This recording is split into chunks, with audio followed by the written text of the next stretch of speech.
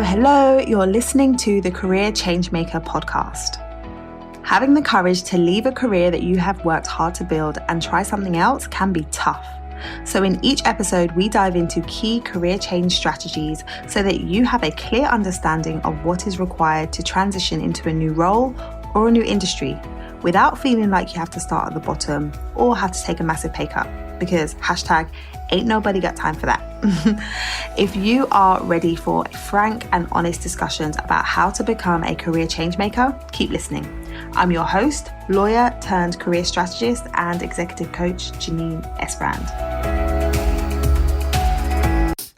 Hello, and welcome to the show. I am super excited about today's episode because we are diving into a topic that is near and dear to my heart, which is women thriving at work. I had an awesome conversation with an amazing guest called Aoife O'Brien, who is the host of the Happier at Work podcast. And we were diving into the things that women can be doing to really thrive at work in 2023. And the conversation was so good that I said to her, this absolutely must get shared on the podcast. So I'm going to share that conversation with you, and I look forward to getting your feedback on the nuggets that you've been able to take away from this awesome discussion. Without further ado, let's dive in. Hey, Aoife, I'm so excited that you're here. Janine. Same here. Yeah, it's unusual, but also a pleasure to be on the other side of the mic for a change.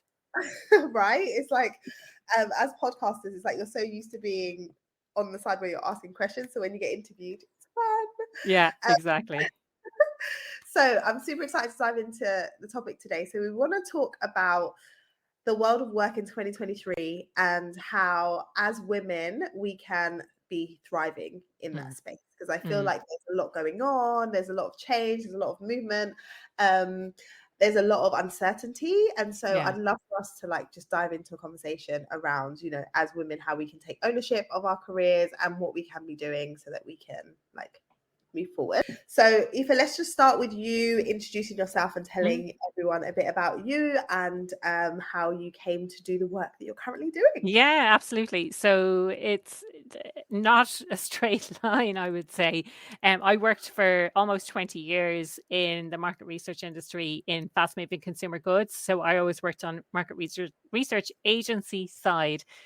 Loved what I did for the most part, really interesting stuff. So if you imagine what we were doing was analyzing purchasing behavior, analyzing data around brands that were being bought, and essentially human behavior when people are going to supermarkets, which is typically something that most people do every week. So very relatable. And when we're making recommendations to clients, we can see products on the shelves or we can see promotions that they're running and things like that. So super interesting. I did that for almost 20 years, like I say.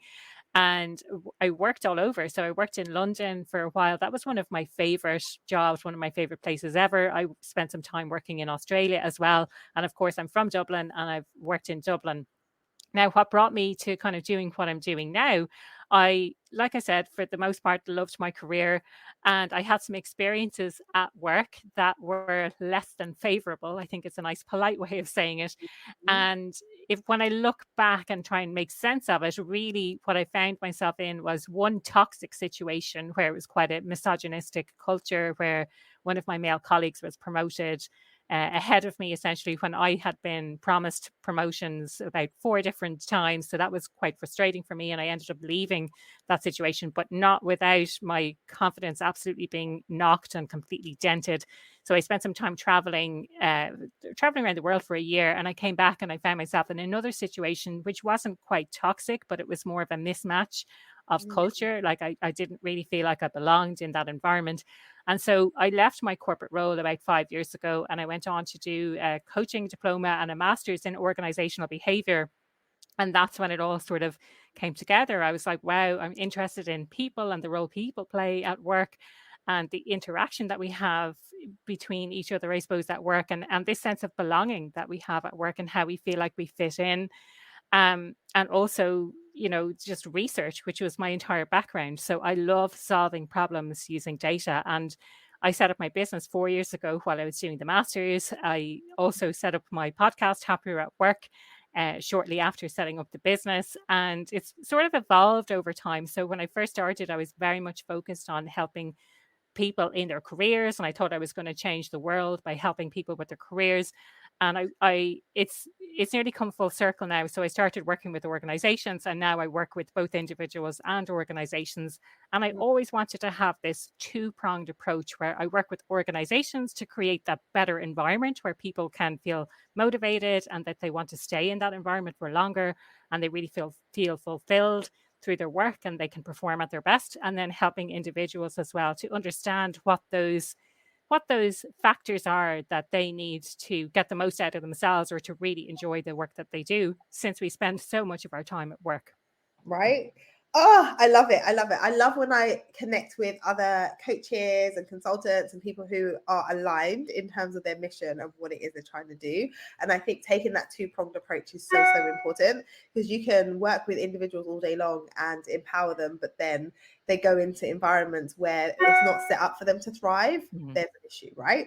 Exactly. And so I love that. And there's so much that I want to dive into with you. I want to start with talking about that leadership piece and that getting passed up for promotion, and how that really made you feel, and why it seems to happen quite a lot. Like, a lot of my clients have that, where they feel undervalued, they feel overlooked in the organization that they're in, and they Yeah. feel as though their only option is to seek advancement or opportunities elsewhere. I'd love to hear your thoughts on, why do you think that is? Why do you think there are so many instances where women are working hard, are producing, are doing great things, but yet are not being recognized for what it is that they're doing? Yeah. Interestingly, I had this conversation on my podcast not too long ago. So I'm going to give a shout out to Paula Sheridan, who specifically works with women in pharma about this. And she talks about it like, you might be working and working and working, but you're not necessarily telling people what you're doing. You're not necessarily demonstrating the value that you're adding. And you're assuming that a lot of the fires that you put out aren't part of your work, whereas there are maybe your male counterparts are saying, and I avoided this conflict and I avoided this problem and I anticipated this in advance, and here's all of the value I'm bringing to the organization. So that's something I will say specifically on oftentimes why women are not being recognized, why their value is not being seen at work. In my own particular circumstance, during the interview process, it was said, we would hope that you would be promoted to be director within 6 months. 3 subsequent conversations plus an email to say, what kind of director would you like to be? And, we're really looking forward to, you having you manage a team or manage one of our big accounts, but it's up to you, so there was no indication that it wasn't going to happen. And when it did happen, and this was the really frustrating thing, that it was one of my male colleagues, that it wasn't actually communicated either. So he pulled me into a room and started talking about my clients, and I thought, what's going on here? And he said, oh, I'm your boss now. So not only was it a case of like no communication, it was also like a total another deer in the headlights, total another shock for me.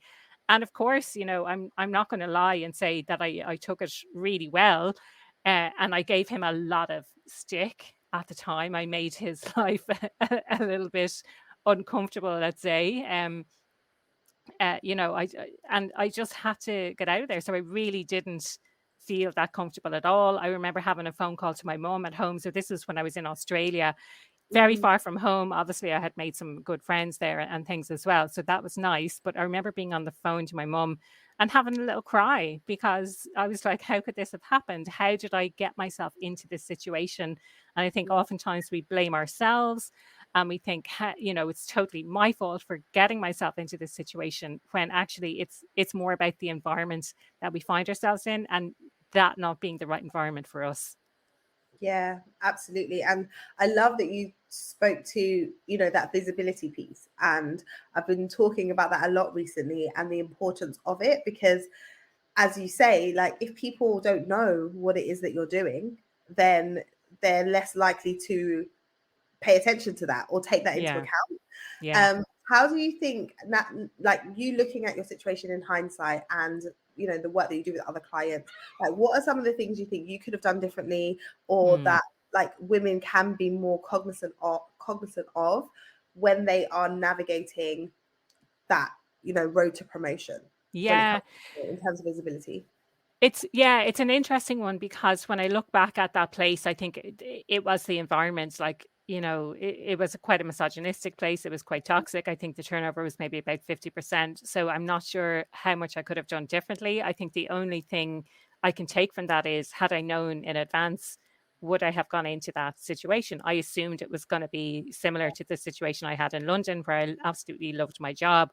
So for me, I think it was more the environment, and it's also taking the lessons from that. So, really understanding what the culture of an organization is like before you go into it, even if you have people who are working in that organization already, which I did. Actually, now that I'm thinking about that, they were all men. So maybe they were thriving in that environment that was quite misogynistic, and they didn't notice any of the issues that women in particular were having. I think for me, a big challenge around this is linking what you're doing on a day to day basis. So, if anyone's listening today, we're all so busy, but what are you Mhm. busy doing? You Yeah, know, and is the work that you're doing actually important to the organization, and have the priorities changed? And how can you link what it is you're doing on a day to day basis to what the organization is trying to achieve, and making that link really explicit? So whether that is on an individual basis, how you're contributing to what the team is trying to achieve, whether you're making the very direct and explicit link between what you're doing and what the department is trying to achieve, or the overall organization.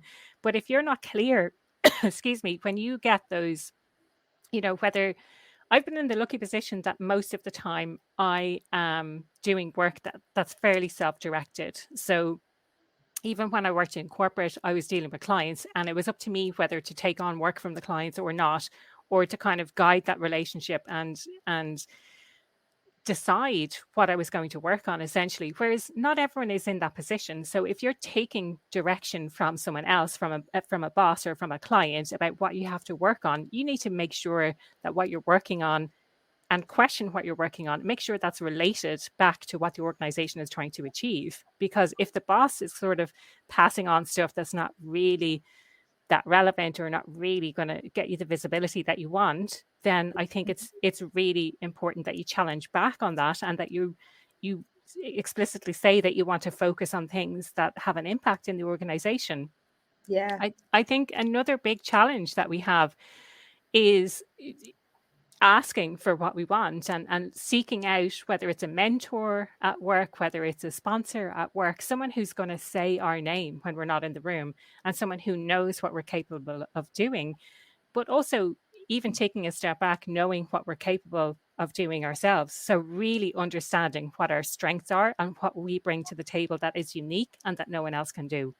yeah. So important. And I think, when you're thinking about visibility and you're thinking about getting ahead and being seen, it's really important, first and foremost, that you're in the right space. Mm, And so I like the fact that you highlighted that actually, even without thinking about that, the organization that you were in or the environment wasn't the right match. And mm, I think so often people can find themselves feeling frustrated or unfulfilled because there's misalignment between their values and the organization, or the way that the organization is run and the way that they want to work. yeah. So it's important to be clear on that and know, like, are there adjustments that I can make here, or is it that I'm not in the right place? And Mm, then if I am in the right place, what am I doing to make sure that I'm working on the right things? And I think that's a big thing for people, particularly if you don't have that autonomy, because if you're working in an environment and you're asked to do things, our go-to is yes, like, of mm, course I do that. Like, I want to be yeah. helpful. I want to be seen to be helpful. And I think that that's where there's a problem, because we often, I think many women in particular can think, if I say no, they're going to think that I'm not helpful. Mm, And so I'm just going to do and say yes to everything that they ask. And because I say yes to everything that they ask, therefore I'll get recognized.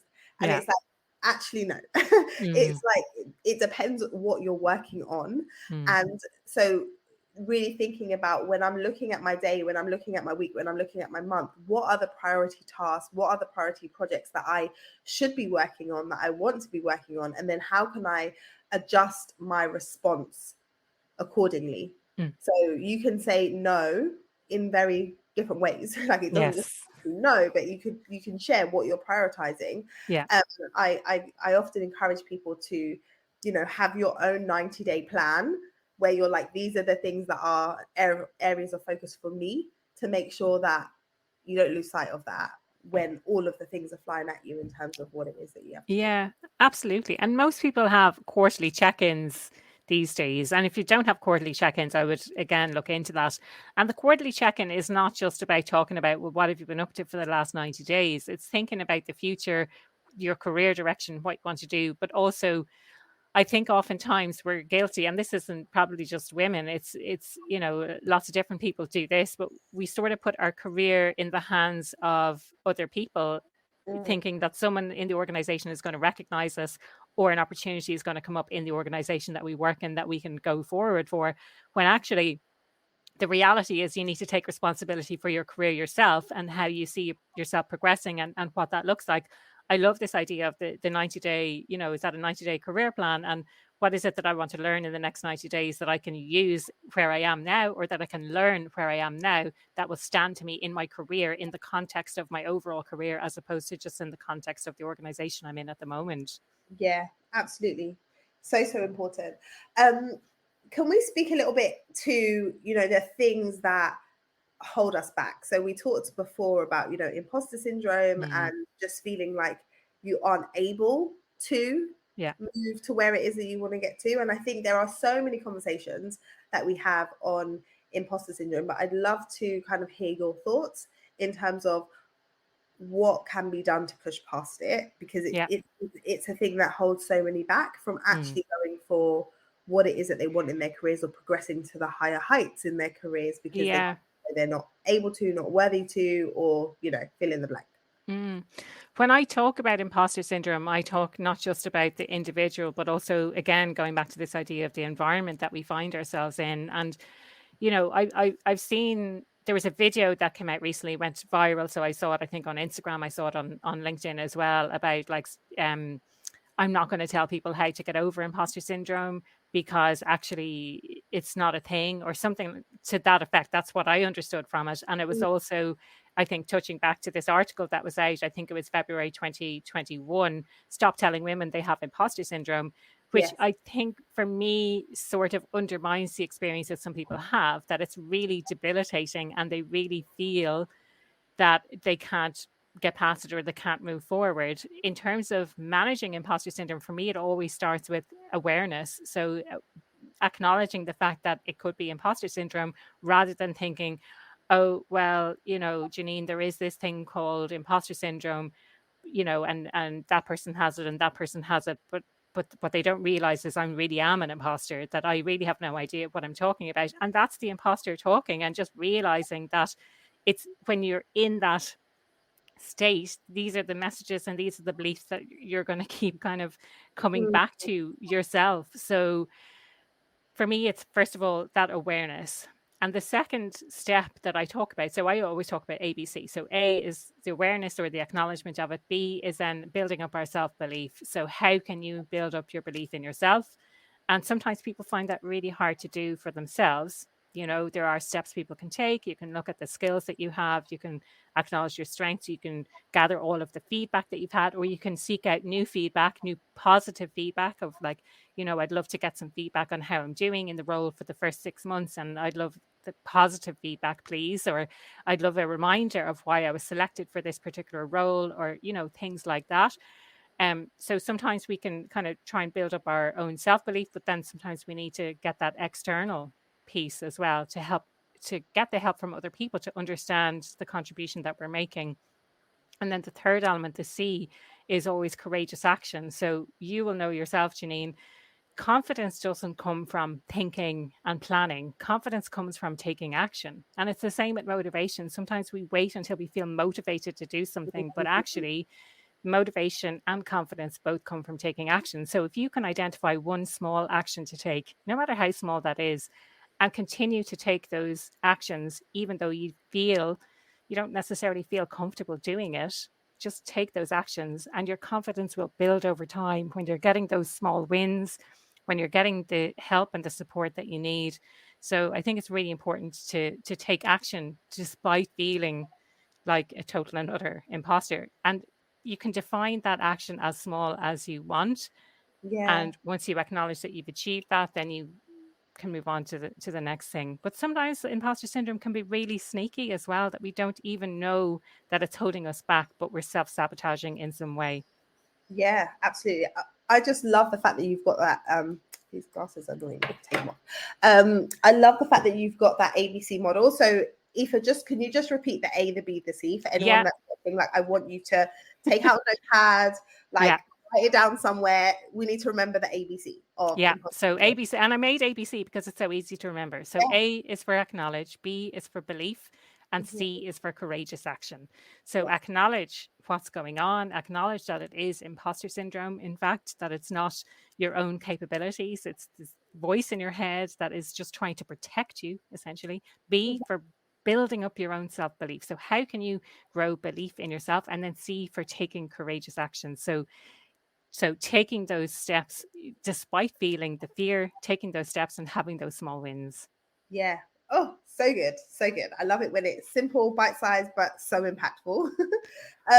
So you mentioned before, that you take the two-pronged approach and you Mm, work with organizations and you've done a lot of study around organizational change mm, and that kind of thing. What are you seeing right now? Like, we're in 2023, there is a lot of change, as I mentioned earlier. What are you seeing amongst companies that are making good strides towards mm. supporting their people? What are some of the things that are happening that you're happy about, Yeah. um, and that other companies can learn from? Yeah, absolutely. Like for me, the big changes, and let's talk about it, the future of work. And we talk about the future of work, but actually, the future of work is now. And again, listening to another podcast recently, and the way they explained it was so good, because we say the future of work is now, but it's not evenly distributed. So the future Mm. of work is now for some organizations. So they're moving more towards this flexible model. They're Right. offering flexible working hours. Flexibility has lots of different guises. I'm not going to go into all of them now, but typically speaking, it's the focus on where you do your work and how many hours you're working for as well. And this requires a huge shift in mindset towards outcome based. And again, this goes back to what we talked about earlier. So, knowing what the organizational priorities are and making sure you're working on those priorities. Otherwise, what you're working on is busy work and you don't necessarily need to do that. So, focusing on what are the outcomes that the organization is trying to achieve and how does that trickle down to the impact that I can have at work and the outcomes I want to have from the work that I do. So, as an example, what that might look like is if you're working sales, for example, you want to generate 5 new hot leads per week. I'm thinking kind of smaller numbers here now, but or if you work in the marketing team, what does the outcome actually look like? Is it and thinking about the quality as well? It's not just the quantity. It's we want to have um, and I saw something recently as well about internal communication. So it's not just about the the quantity, again going back to this idea of someone was talking about internal communications and saying they had a 70% open rate internally. It's like, it's not those types of metrics. It's when people are coming up to you saying, I read that email that you sent out, it was really clear, thank you for sending that. So it's little things like that, and that people are taking action on the back of what it is that you're doing. So hopefully that gives people some sort of examples to frame their own work around in relation to what it is that the organization is trying to achieve, but also linking that to what's the organization's strategy? Are they trying to grow the business? Are they trying to maintain market share? Whatever that is, and how does your role fit into what the organization is trying to achieve? So Yeah. they're like the key things that I'm seeing. The beauty of that outcome based as opposed to time based, if you think back to I'm like, if you think back to the olden times, but actually a lot of companies are still doing this, it's Yeah. that 9 to 5 mentality. And I still have this myself. So 5 years after leaving corporate, I still have this mentality of, um, I should be working 9 to 5. And if I'm not working, I need to find something that will keep me busy to keep me Right. working until, it's really hard to escape because it's kind of embedded into us. But Yeah. if you shift that thinking, and if again, it's like managers are monitoring how long people are working for, or whether or not someone is in the office. If they're present in the office, that means that they're working, when we all Yeah. know that it doesn't It necessarily doesn't mean work that. But if you can shift your thinking more towards, okay, what are the outcomes that we're trying to achieve? Around how long should it take to achieve those outcomes? Some people who are working to their strengths, it'll probably be a little bit quicker. For some people who are maybe not working in their area of strengths, it might take a little bit longer, which brings us to another argument about knowing what your strengths are and working like. Yeah. working to your strengths, mostly working to your strengths at work. So for me, like that's what the kind of the the leading organizations in this area of the future of work, that's what they're doing. Yeah, yeah, it makes so much sense. I mean, that whole FaceTime culture where it's like, I'm here, so therefore I'm in I'm the office. definitely not scrolling through my Facebook on my work Right? computer. I'm not on Facebook, and I'm not spending a lot of time at the coffee machine chatting to friends, or I'm not. Do you know what I mean? It's like you're Yeah. there, but are you being productive at the end of Yeah. the day? So I think that switch to really focus on what are the outputs, what are the results. So if I come into Mm. the office and I have 2 priority tasks today and I get those done, like why am I Yeah. hanging around Exactly. just for the sake of hanging around? And I think Yeah. it is definitely a shift. Um, and it's going to take a while for people Mm. to be able to like shift their mindsets around It that. will. It will, yeah. Because it really is a shift in mindset. And like I say, I'm out of corporate for 5 years. I'm running my own business. I control everything. And I still have that mentality of I need to be working. I need to start at 9. I need to finish at 5. I'm slowly figuring out what works best for me. So I'm kind of an early bird. I prefer to be working in the mornings, but I also like to take a break in the afternoon and I don't mind working into the evenings. I also Yes, don't mind dipping in on the weekend sometimes if I need to. So I'm kind of experimenting with like what works best for me. Another thing worth mentioning in this area of flexibility is asynchronous work. So that means that you're not expecting an immediate response. I think oftentimes when we send an email, and again, this comes back to what we talked about earlier, like saying yes all the time or people pleasing, that when you send an email that you're not replying immediately. And I have an out of office message on my emails now that says I check my emails twice a day and please don't expect an immediate response, but here's some other ways to connect. Like if you want to book a meeting, then you can go here. If you want to find out about my services, go here.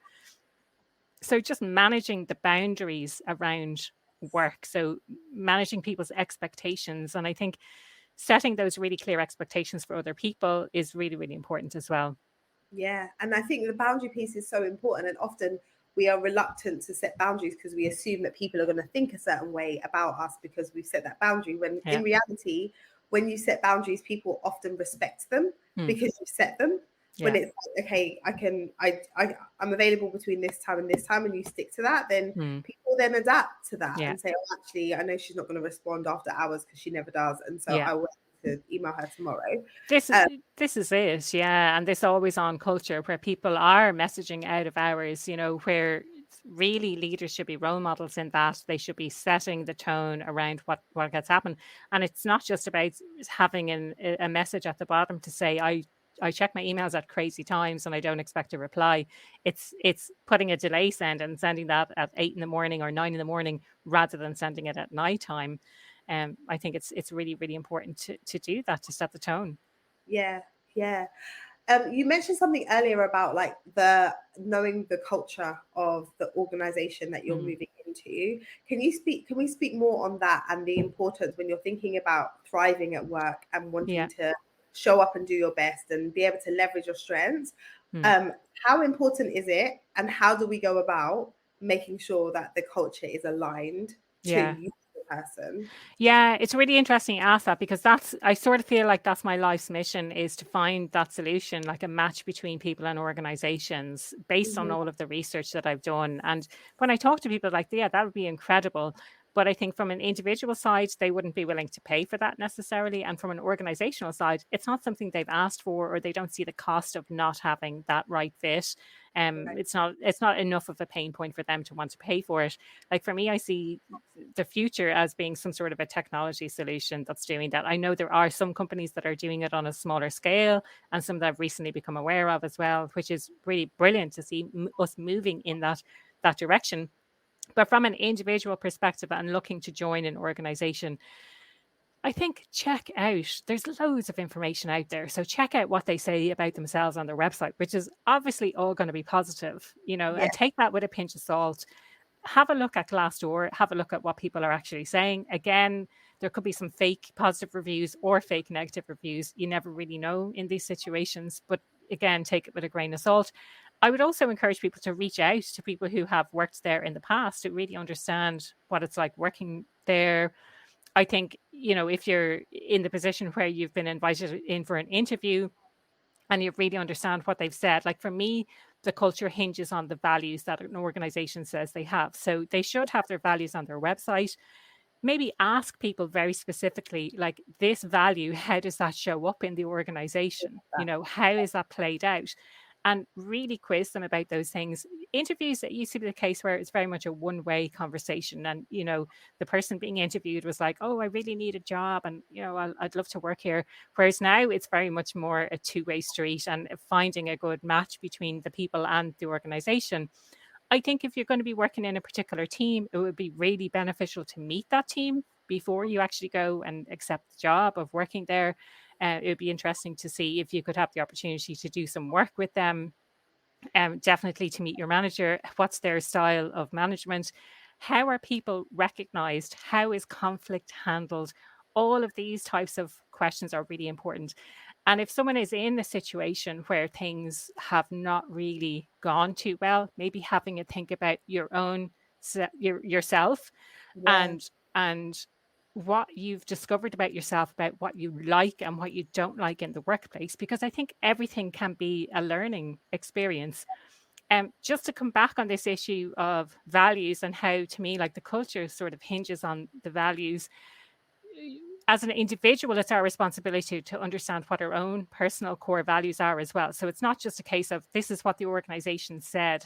It's about knowing how well you would match with those values of the organization, but also how important are those values and how lived are they within the organization, and how aligned are your own core values with those values. Another thing I think that's important to mention is pace of work. Sometimes this is something we neglect to think about.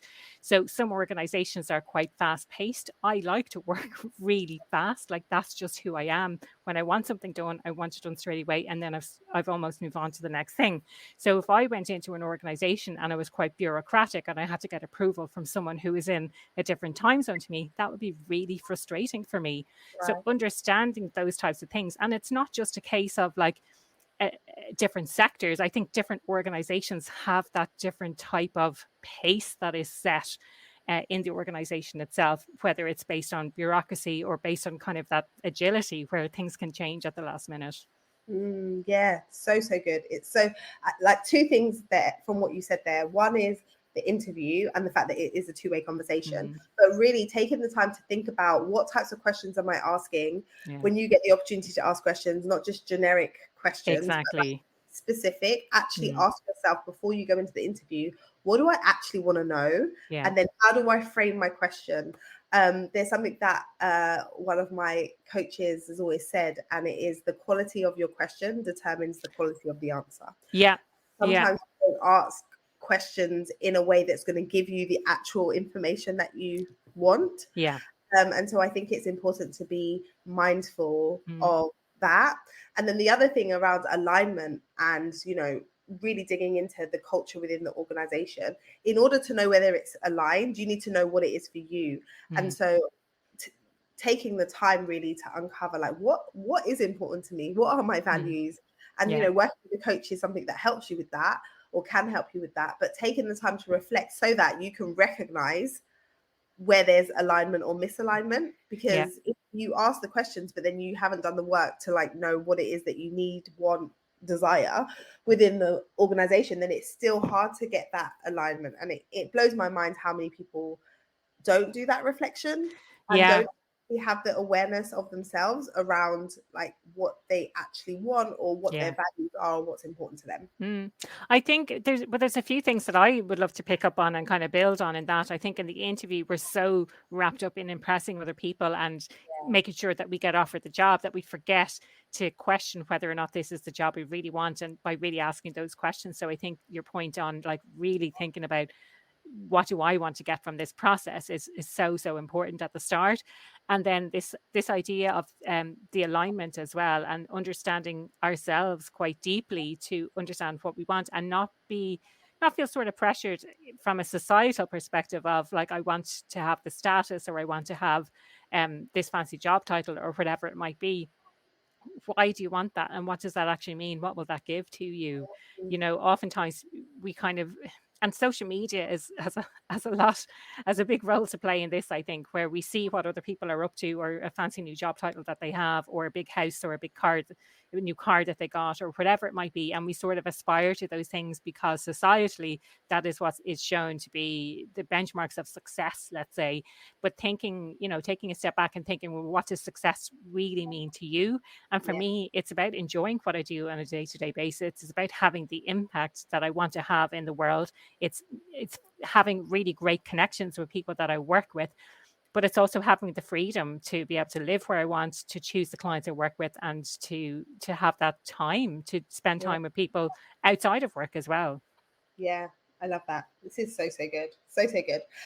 Are there any other kind of tips or thoughts that you want to share for women in particular around what they can be doing or should be doing right now to really think about propelling their careers forward?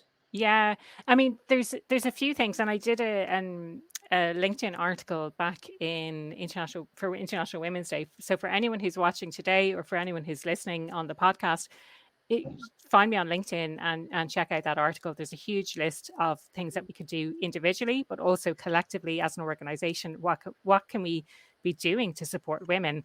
I also posted something the other day on LinkedIn that got a huge amount of traction in relation to knowing your worth. So I was invited to speak about imposter syndrome at an event, and I turned it down because the speaker budget that they had was less than what they were charging the delegates to attend, and that really sort of went against my values. And the whole event was about empowering women, but actually they weren't paying their women speakers very well at all. So Mm, I had to turn that down for that reason. And so I think as women, know your worth. I think that's really, really important. Know your worth. One of the comments in particular really struck a chord with me. One of the ladies said, I've been involved in organizing these types of events for a long time, and women typically get paid less than men, the speakers at the same event. And the women get paid less because they're offered less and they take it, whereas men maybe are offered more, or they're offered less and then they negotiate. So mhm. it's kind of understanding these. And something that we haven't really talked about today is organizational politics. And people shy away from politics and they think politics is bad. And I think since I've left corporate, I've started to understand a lot more about politics. And really, politics is relationships.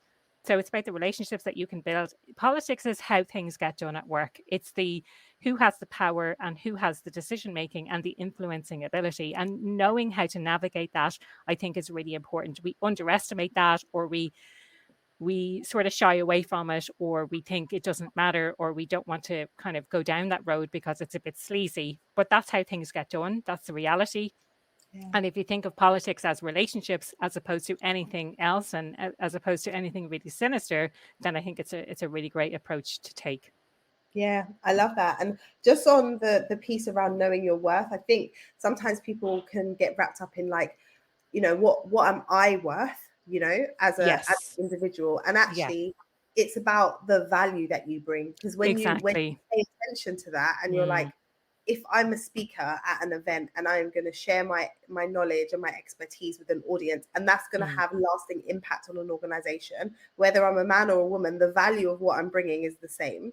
yeah. Like, I'm going to be making an impact, Mm, right? So it's really about, because I think people struggle with, oh, like, can I charge that much, or like, I've only ever been paid this much, therefore I can only charge this. And it's like, it's not about you, it's yeah. about the output, like we Yeah. said earlier, right? It's like, Mm, what is the value of the output, whether mm, that is on the stage or whether that is in the work that you do. And yeah. understanding that and how that value links to the organization Yeah. is the thing that can allow you to have confidence in, actually, yeah, I should be getting paid more, or actually I should be charging more, because Mm. the organization is going to benefit like a hundredfold. Exactly. Or Yeah. like a 50% ROI or 100% ROI on them making this investment. Mm, See? yeah. I Um, I think you raise a really good point there as well, Janine, in that we tend to get conflate the value that we bring versus our own internal value, our own worthiness. We are worthy just because we are, but then sometimes we confuse what we do at work with, like, because I'm not performing at work, or because things are going horribly wrong at work, I'm not worthy. And it really dents our confidence. So if you can separate those two things, like, this is the value I bring as a person from the work that I do, Yes. you know, that is separate to my value as a person, as an individual, and that never changes. You know, you are valuable and you are worthy because you are a person. Yes. Yes, yes, yes, yes, yes.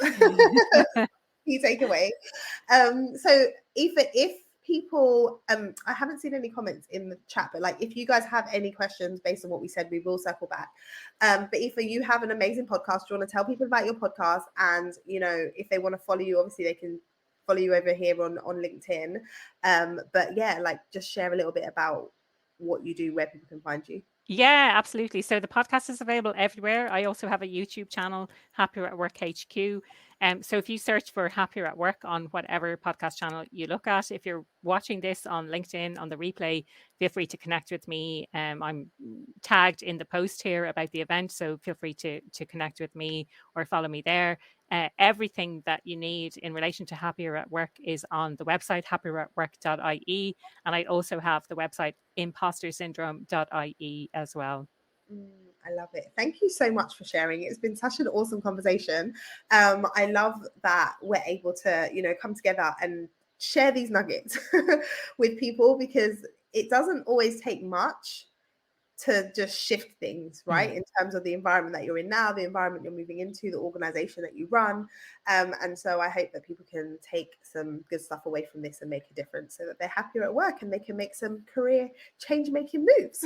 This is it. Thank you so much, Janine, for the opportunity. I absolutely loved our chat as well. Thank you for the thoughtful questions. Thank you for bouncing around the ideas as well. So I suppose for me, you know, people listen to these things sometimes and they might have a list of 10 things to do. For me, it's like just pick one change that you're going to make. Don't try and overwhelm yourself. Do one thing differently. Listen to the episode again and maybe pick something different the next time. But yeah, like don't try and do everything all at once. Just pick one change that you're going to make and let that be it. Yeah, awesome. Well, thank you so much for being here. Thank you everyone for tuning in, and we'll see you next time for another career conversation. Thank you. Thank you. If you enjoyed today's conversation, be sure to subscribe to the show so that you don't miss any future episodes. Also, I would love to know what your biggest takeaway has been from today's episode. Come over and join us in our Career Changemakers community over on LinkedIn so that you can join the conversation there.